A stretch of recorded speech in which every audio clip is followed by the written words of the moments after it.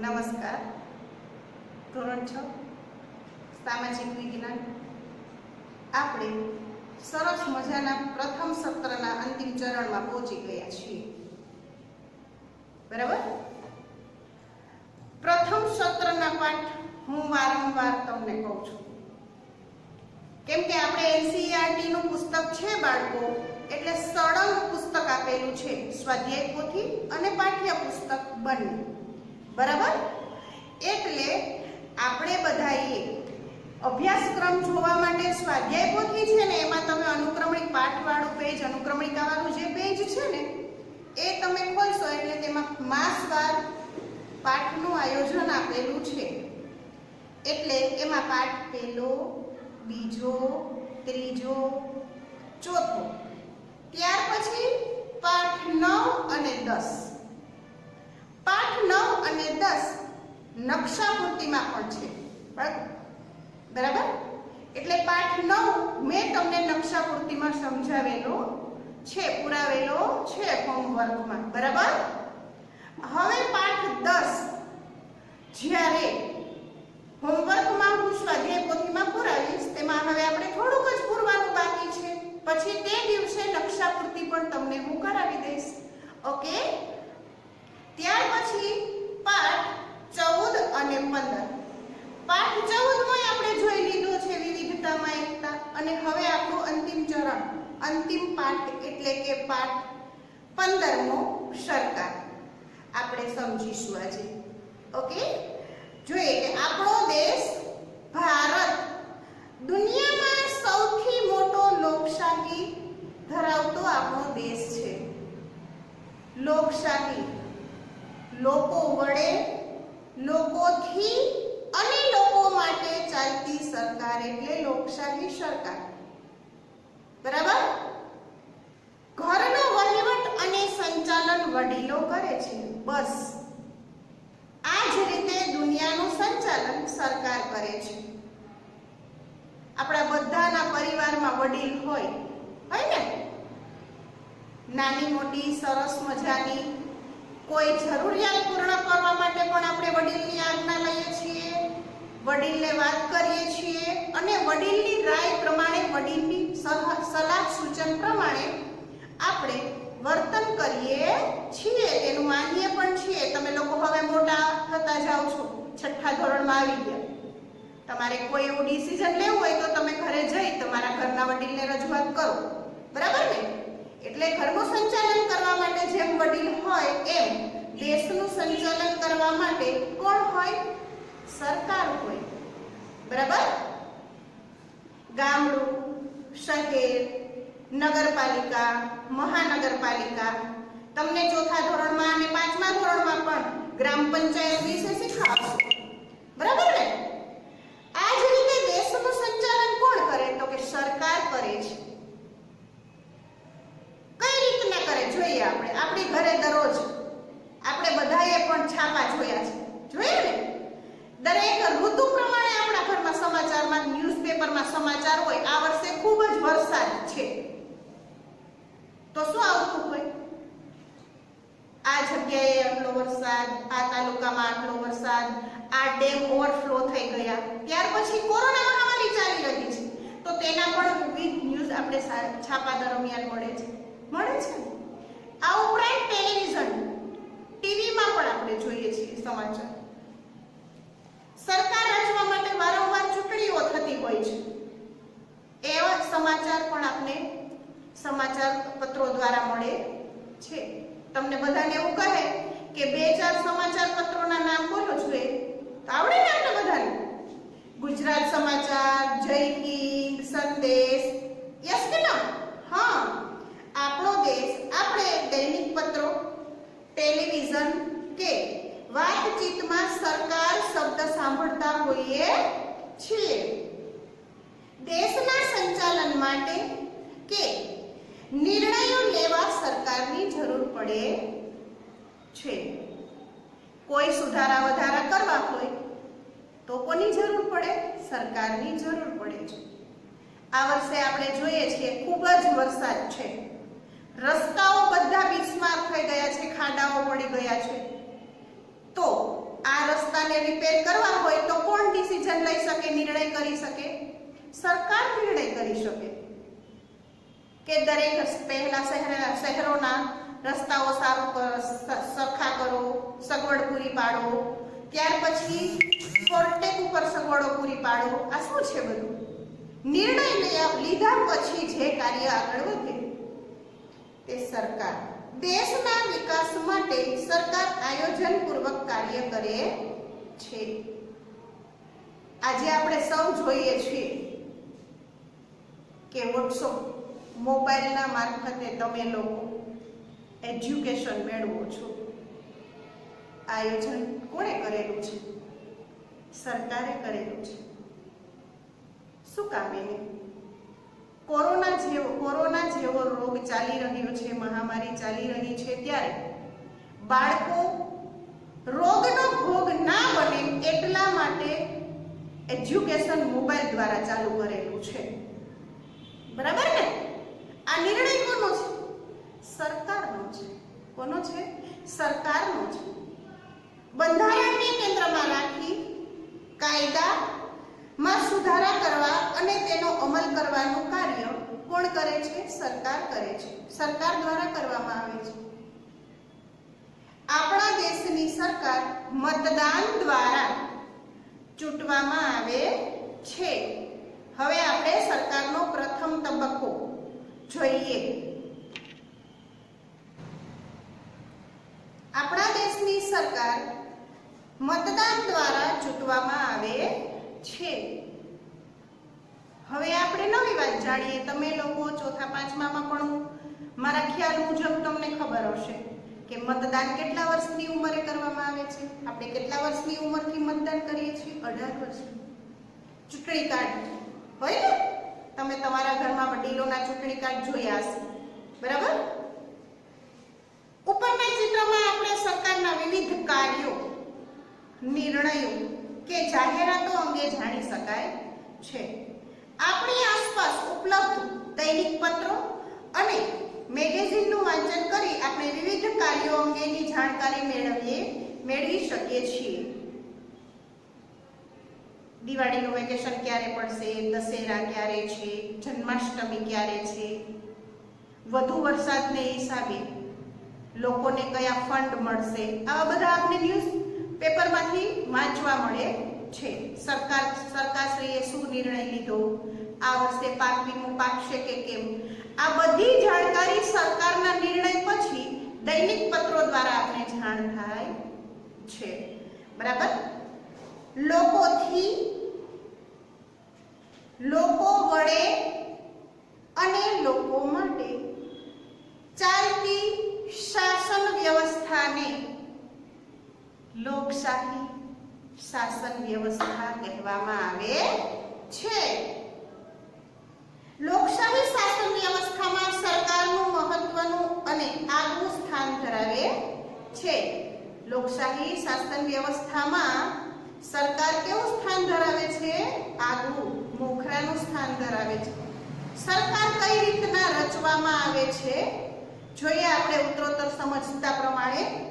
જો આપણો દેશ અને આપણી સરકાર, મુદ્દો જોઈએ. આપણો દેશ ભારત અને આપણી સરકાર. આપણો દેશ વિવિધતા ધરાવતો દેશ છે. વિવિધતામાં એકતા ધરાવતો દેશ આપણો દેશ ભારત. દુનિયામાં સૌથી મોટી લોકશાહી અને વિશ્વમાં સૌથી વધુ મતદારો ધરાવતો આપણો દેશ લોકોના મતદાન વડે ચાલે છે. લોકોની બહુમતીથી ચાલે છે, લોકો દ્વારા. બરાબર? દેશની વિશાળતા અને અનેક પ્રકારની વિભિન્નતાઓ હોય, એક જ સ્થળેથી વહીવટ કે સંચાલનમાં અગવડ પડે આવી સમસ્યાઓ અને અગવડના સામે સુચારુ વહીવટ માટે સુચારુ, સભ્યતાપૂર્વક, સારી રીતે, સહકારની ભાવનાથી વહીવટ માટે સરકાર વિવિધ સ્તરે કાર્ય કરે છે. લોકશાહી વ્યવસ્થામાં સ્થાનિક સરકાર, રાજ્ય સરકાર અને રાષ્ટ્રીય સરકાર. સ્થાનિક સરકાર, રાજ્ય સરકાર અને રાષ્ટ્રીય સરકાર. જોઈએ આપણે આગળ કઈ રીતના આપણે સમજીએ છીએ. સ્થાનિક સરકાર, રાજ્ય સરકાર અને રાષ્ટ્રીય સરકાર. સરકાર કોઈ એક હાથે ચાલે ના ચાલે ને. હવે હું તમને સરસ મજાનું નાનકડું ઉદાહરણ આપું. આપણું ઘર ચલાવવું હોય તો પણ આપણે ઘરના દરેક સભ્ય વિવિધ કાર્યની સાર સંભાળ લઈએ છીએ ને. મમ્મી પપ્પા બંને નોકરી કરતા હોય તો ઘરનું કામ કોણ સંભાળતું હોય? આપણા ઘરના અન્ય સભ્યો સંભાળતા હોય. ત્યાર પછી એક વ્યક્તિ બધું કરી શકે એ શક્ય નથી. તો સરકાર એક જ હાથે બધો કાર્ય કરે એ શક્ય નથી. એટલે વિવિધ સ્તરે સ્થાનિક સ્તરમાં કોનો સમાવેશ થાય, રાજ્ય સરકારમાં કોનો સમાવેશ થાય અને રાષ્ટ્રીય સરકારમાં કોનો સમાવેશ થાય. આપણે મુદ્દાસર જોઈએ. સ્થાનિક સરકાર કોને કહેવામાં આવે છે? સ્થાનિક સરકારમાં કોનો સમાવેશ થાય છે? તો કે ગામ કે શહેરનો કાર્યભાર સંભાળે છે. ગામડાનો અને શહેરનો કાર્યભાર કોણ સંભાળે? તો કે સ્થાનિક સરકાર. ગામડામાં ગ્રામ પંચાયત હોય અને સરપંચ દ્વારા કાર્ય હાથ ધરવામાં આવે છે. જ્યારે ચૂંટણી થાય ત્યારે સરપંચની પસંદગી કરવામાં આવે ગામમાં, બરાબર. ત્યાર પછી નગરપાલિકા અને ત્યાર પછી મહાનગરપાલિકા. સ્થાનિક સરકારમાં ગામ કે શહેરનો કાર્યભાર સંભાળે છે. ત્યાર પછી રાજ્ય સરકાર. આપણું રાજ્ય કયું છે? કયું આપણું રાજ્ય છે? રાજ્ય ગુજરાત અને દેશ ભારત. આપણા રાજ્યનો કારભાર કોણ સંભાળે છે? તો કે સમગ્ર રાજ્યનો કારભાર રાજ્ય સરકાર સંભાળે છે, બરાબર. આપણે વારંવાર કહેતા હોઈએ છીએ વિજયભાઈ રૂપાણી કોણ છે? આપણા મુખ્યમંત્રી છે ને. અને રાષ્ટ્રીય સરકાર સમગ્ર દેશ, આપણો આખો દેશ ભારત, સમગ્ર દેશનો કાર્યભાર કોણ સંભાળે છે? બધાને ખબર છે. વડાપ્રધાન કોણ છે? આપણા વડાપ્રધાન નરેન્દ્ર મોદી. આ બધા વિવિધ કાર્યની સંભાળ કોણ રાખે? સરકાર.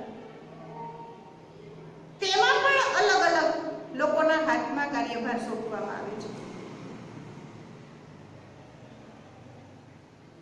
સરકાર હોય તો નરેન્દ્ર મોદી આપણા આખા દેશનો સમાવેશ કરીએ તો કે ના. એમાં અલગ અલગ શિક્ષણ મંત્રી હોય, નાણાં મંત્રી હોય, વીજ મંત્રી હોય, આરોગ્ય મંત્રી હોય. આ આરોગ્ય મંત્રી આ જુદી જુદી કેબિનેટના મંત્રીઓ હોય છે અને દરેક લોકો પોતાની ફરજ બજાવે છે. વિધાનસભા, કારોબારી અને ન્યાયતંત્ર દ્વારા આની રચના કરવામાં આવે છે, બરાબર. વિવિધ સ્તરે સરકાર જરૂરી છે. સરકાર જરૂરી છે ને. ટ્રાફિક પોલીસ હોય એ કયા નિયમોનું પાલન કરાવતી હોય? રોડ રસ્તા પર લોકો વાહન વ્યવસ્થિત ચલાવે, બરાબર. જો ટ્રાફિક પોલીસ ના હોય તો લોકો કેવું કાર્ય કરે?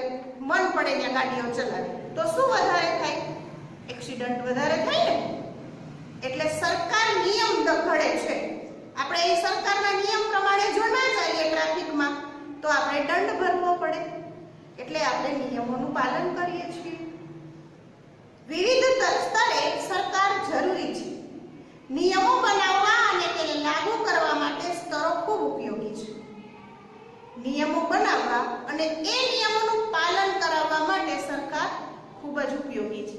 ટ્રાફિક પોલીસ તો કરીએ નિયમ, આ નિયમોનું પાલન કરવાનું. પણ દરેક મુખ્ય મથકો પર જો પોલીસ ના ઊભ્યા હોય તો લોકો કેવું વર્તન કરે? મન પડે તેમ ગાડીઓ ચલાવે, હેલ્મેટ ના પહેરે, પીયુસી ના હોય, લાયસન્સ ના હોય. આ તો પોલીસ ઊભી હોય અને એ દરેક નિયમોનું કડકપણે પાલન કરાવે. એટલે નિયમો બનાવવા અને તેને પાલન પણ કરાવવું યોગ્ય છે, જરૂરી છે. દેશના નિભાવ એટલે કે દેશ ચલાવવો, વિકાસ એટલે તેને ઉચ્ચ સ્તરે વિકાસ કરવો, દેશમાં ઉત્તરોત્તર પ્રગતિ કરવી અને કાયદા વ્યવસ્થાની જાળવણી માટે સરકાર અને તેના વિવિધ સ્તરો વિશે આપણે જાણીએ. કઈ રીતના નિયમો બનાવવા, આ નિયમોનું કઈ રીતના પાલન કરાવવું, આ આપણે સમજીએ.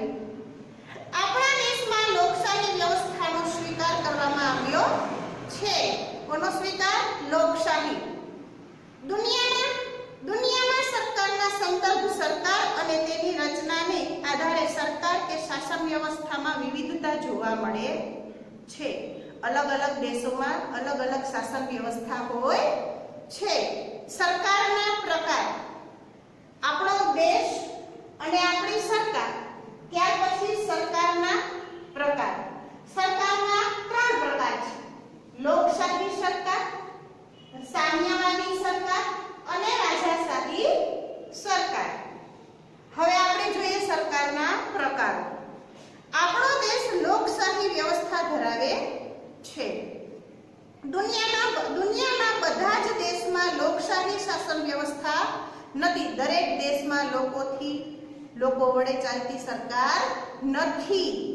દુનિયાના દેશોમાં કાર્યરત વિવિધ વ્યવસ્થામાં જોવા મળતા સરકારના પ્રકાર અંગે આપણે જોઈએ. લોકશાહી સરકાર. લોકશાહી સરકાર આ પ્રકારના શાસનમાં લોકો મતદાન દ્વારા પોતાનો પ્રતિનિધિ ચૂંટે છે. જ્યારે ચૂંટણી હોય ને આપણા જૂનાગઢમાં પણ કે અન્ય કોઈ સ્થળે, ત્યારે શહેરોના મુખ્ય મથકે ખૂણા ઉપર બોર્ડ મારેલા હોય છે કે મારું નિશાન છે, કમળની નિશાનમાં મતદાન આપી અને મત કરો અને આ ભાઈને જીતાડો, આવી સૂચનાઓ લખેલી હોય છે. બરાબર? ચૂંટણી દ્વારા લોકોને પસંદ કરવામાં આવે છે. લોકોમાં લોકશાહી પ્રકારની શાસન વ્યવસ્થામાં ચૂંટણીમાં વિજેતા ઉમેદવારો દ્વારા સરકારનું નિર્માણ થાય છે. લોકશાહી શાસન વ્યવસ્થામાં લોકોને કેન્દ્રમાં રાખી સરકાર કાર્ય કરે છે. કોને કેન્દ્રમાં રાખે છે? લોકોને કેન્દ્રમાં ધ્યાનમાં રાખીને લોકોને શું મુસીબત પડે છે, કઈ મુસીબત વધારે છે તો તેનું તરત જ નિરાકરણ કરી આપે છે. લોકોને રસ્તાઓ અત્યારે બિસ્માર થઈ ગયા છે તો એ રસ્તાઓ રિપેર કરાવવા યોગ્ય છે તો સરકાર શું કરે કે સૌપ્રથમ રસ્તાઓ જ્યાં જરૂરિયાતવાળા હોય ત્યાં ખાડાઓ પૂરી અને રિપેરિંગ કરી દે. લોકોની જરૂરિયાત પ્રમાણે સરકાર કાર્ય કરે છે, કાર્યરત છે. આપણા દેશમાં ચૂંટણી દ્વારા સ્થાનિક, રાજ્ય કે રાષ્ટ્રીય સરકારનું નિર્માણ કરવામાં આવે છે. કેટલાક દેશમાં લોકશાહી થકી ચૂંટેલ પ્રતિનિધિ દ્વારા મુખ્યમંત્રી કે વડાપ્રધાનની પસંદગી થાય છે. આપણા મુખ્યમંત્રી કોણ છે? બધાને ખબર હશે, વિજયભાઈ રૂપાણી. અને આપણા વડાપ્રધાન નરેન્દ્રભાઈ મોદી. દુનિયાના કેટલાક દેશમાં પ્રમુખશાહી લોકશાહી વ્યવસ્થા જોવા મળે છે. ભારતમાં સંસદીય લોકશાહી શાસન વ્યવસ્થા છે. લોકશાહી સરકાર માટે કહેવાય છે કે સરકારનું સંચાલન લોકો દ્વારા સીધા મતદાન થકી આડકતરી રીતે લોકો જ કરે છે. માનવ અધિકારોના સંરક્ષણ અને સંવર્ધન માટે લોકશાહી સરકારનો વિકલ્પ શક્ય નથી. આપણે બધા નરેન્દ્રભાઈને ચૂંટવા નથી જતા. શહેરોમાં, ગામડામાં, તાલુકા કક્ષાએ, જિલ્લા કક્ષાએ ચૂંટણી હોય છે અને તે ઉત્તરોત્તર પસંદગી થતા સરકારની રચના થાય છે. લોકશાહી સરકારમાં લોકો જ સરકાર કરે છે. સરકાર પણ લોકો માટે કાર્ય કરે છે. આપણા દેશમાં ચૂંટાયેલી સરકારની મુદત સામાન્ય રીતે 5 વર્ષની હોય છે. કેટલા વર્ષની હોય છે? 5 વર્ષની હોય છે. ત્યાર પછીનો મુદ્દો આવે છે લોકશાહી સરકાર પછી સામ્યવાદી સરકાર. સામ્યવાદી સરકાર. સામ્ય એટલે સરખાપણાની, કોઈ જાતના ભેદભાવ વગર સરખાપણાની જે સરકાર હોય એને સામ્યવાદી સરકાર કહે. શ્રમિકો, મજૂરો, શાસક લોકો આર્થિક કે બૌદ્ધિક રીતે સરખાપણાની કોઈ જાતનો સંચાલન શાસન જોવા મળે છે ફેરફાર વગર. જોઈએ આપણે કે આ પ્રકાર સામ્યવાદી સરકાર, આ પ્રકારના શાસનમાં બધાને સામ્ય કે સરખાપણાઓને વિશેષ મહત્વ આપવામાં આવે છે. વિશેષ વધારે મહત્વ આપવામાં આવે છે. સામ્યવાદને આધારે કાર્યરત સરકાર સામ્યતા અને સમાનતાના ધોરણે શાસન વ્યવસ્થાનું સંચાલન કરે છે. સમાનતા, એક સરખાપણું. વિશ્વના અનેક દેશોમાં સામ્યવાદી વિચારધારાને આધારે કાર્યરત સરકાર જોવા મળે છે. કાર્ય કરતી સરકાર જોવા મળે છે. વિશ્વના અમુક દેશોમાં ચૂંટણી દ્વારા સામ્યવાદી સરકારોનું નિર્માણ થાય છે. કેટલાક શાસકો સામ્યવાદી વિચારધારાને આધારે સરકારનું નિર્માણ કરી લાંબા ગાળે એક હથ્થું શાસન બન્યાના અનેક ઉદાહરણો જોવા મળે છે. શ્રમિકો, મજૂરો, શાસક લોકો આર્થિક, બૌદ્ધિક, વૈચારિક રીતે સમાનતા કે સામ્યતાના આધારે સરકારનું સંચાલન કે શાસન જોવા મળે છે. સામ્યવાદી સરકાર ઘણા બળજબરી શાસન ચલાવનાર કેટલાક શાસકો આજે સામ્યવાદી સરકારથી દૂર થઈ જઈ અને રાજાશાહી કે એક વ્યક્તિ કેન્દ્રી શાસન કરે છે. સામ્યવાદી સરકારમાં સમાન અધિકાર મળવાના લક્ષણો ઘણાને પસંદ ના હોય, ઘણા લોકો તેનાથી દૂર થતા જાય છે. એનો આપણો નેક્સ્ટ મુદ્દો રાજાશાહી સરકાર વ્યવસ્થા એ તરફ આગળ વધે છે. વિશ્વમાં સામ્યવાદી વિચારધારાને ડાબેરી વિચારધારા પણ કહેવામાં આવે છે. સામ્યવાદી વિચારધારાને બીજા કયા નામે ઓળખવામાં આવે તો કે ડાબેરી વિચારધારા. સામ્યવાદી સરકાર પછી રાજાશાહી સરકાર. આ પ્રકારના શાસનમાં શાસક તરીકે કોઈ એક વ્યક્તિ શાસન કરે છે. આપણે બધાને ખબર છે કે રાજાશાહી શાસન વ્યવસ્થામાં એક વ્યક્તિ હોય, રાજા પોતે. રાજા પછી રાજાનો દીકરો જ રાજા બને. શાસક પોતાના સુખ સગવડનું વિચારે પ્રજા પહેલા. બરાબર? કે આ પ્રકારના શાસનમાં શાસક તરીકે કોઈ એક વ્યક્તિ શાસન કરે છે. મોટે ભાગે રાજાશાહી વ્યવસ્થામાં શાસક એટલે કે રાજાનું પદ વારસામાં મળે છે. આ પ્રકારના શાસનમાં લોકોને પોતાનો શાસક ચૂંટવાનો અધિકાર હોતો નથી. આગળ આપણે કહ્યું તેમ કે રાજાનો દીકરો જ રાજા બને, વારસામાં મળે, એટલે શાસક ચૂંટવાનો કોઈ પ્રશ્ન જ રહેતો નથી. આજે દુનિયામાં કેટલાક દેશોમાં રાજાશાહી જોવા મળે છે. ક્યાંક રાજાશાહીમાં લોકોને ચૂંટણી દ્વારા નામ પૂરતા જોડવામાં આવે છે પ્રણાલી પૂરી કરવા માટે. રાજાશાહી સરકાર માટે કહેવાય છે કે અહીં વ્યક્તિ કેન્દ્રી શાસન હોય છે. રાજા કહે તેમ કહેવામાં આવે. રાજાની સુખ સગવડોને ધ્યાનમાં રાખવામાં આવે. પ્રજાના ઓછા પ્રમાણમાં, નહિવત પ્રમાણમાં ખ્યાલ રાખવામાં આવે. એક વ્યક્તિ દ્વારા લેવાતા નિર્ણયો અહીં આખરી માનવામાં આવે છે, માન્ય રાખવામાં આવે છે. લોકોની સુખાકારી, સુવિધા કે વ્યવસ્થાને બદલે શાસકની સુખાકારી, સુવિધા અને વ્યવસ્થાને મહત્વ આપવામાં આવે છે. શાસક મતલબ રાજા. બરાબર? ત્યાર પછીનો નવો મુદ્દો છે લોકશાહીના મૂલ્યો. લોકશાહીના મૂલ્યો. આપણે જે નિયમોનું પાલન કરીએ છીએ તેના મૂલ્યો જોઈએ. આપણે જોયું કે સ્થાનિક કક્ષાએ, રાજ્ય કક્ષાએ અને રાષ્ટ્રીય કક્ષાએ શાસન થાય છે.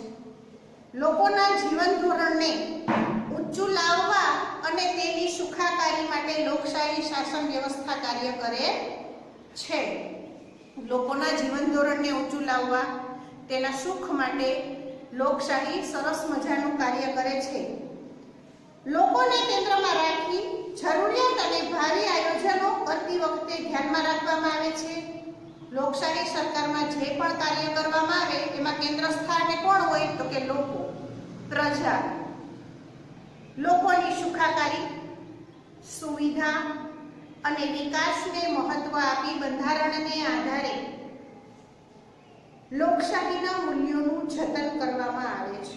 સૌને સમાનતા, સુરક્ષા અને સુવિધા માટે લોકશાહીના મૂલ્યોને ધ્યાનમાં રાખી આયોજનો અને યોજનાઓ અમલી કરી લોકશાહીના મૂલ્યોનું જતન થાય છે.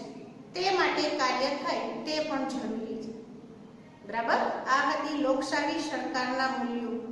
લોકોની સુખ સગવડને ધ્યાનમાં રાખે છે.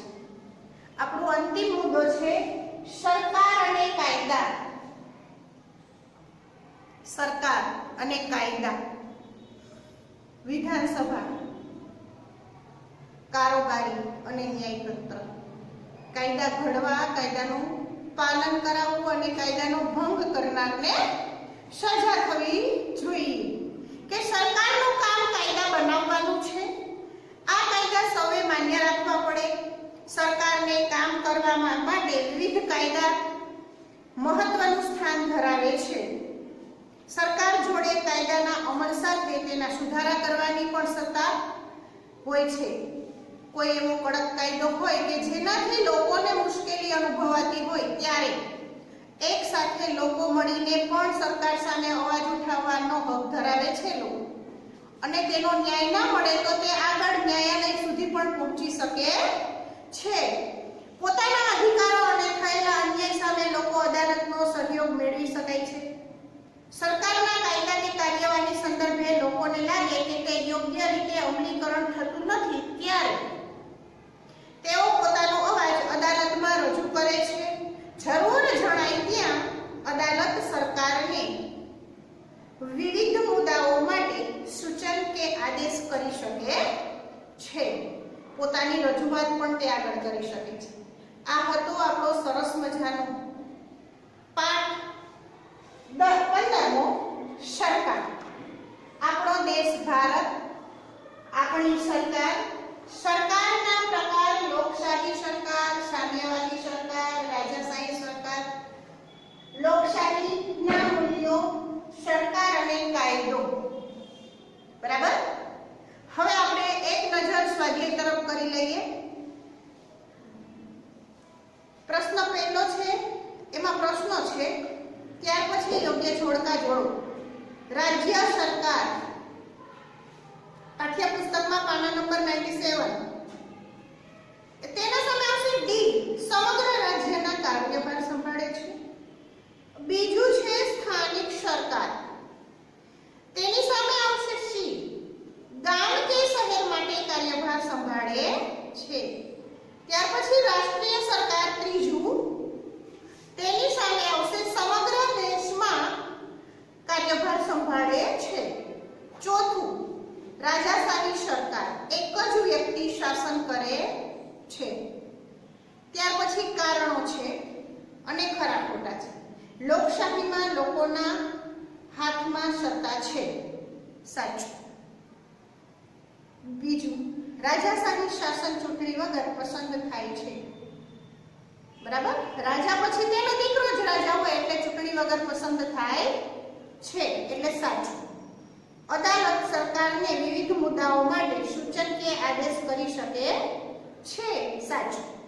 આ હતું આપણું સ્વાધ્યાય. અહીં આપણો પાઠ 15 સરકાર પૂર્ણ થાય છે. આભાર. Thank you. જય હિન્દ, જય ભારત.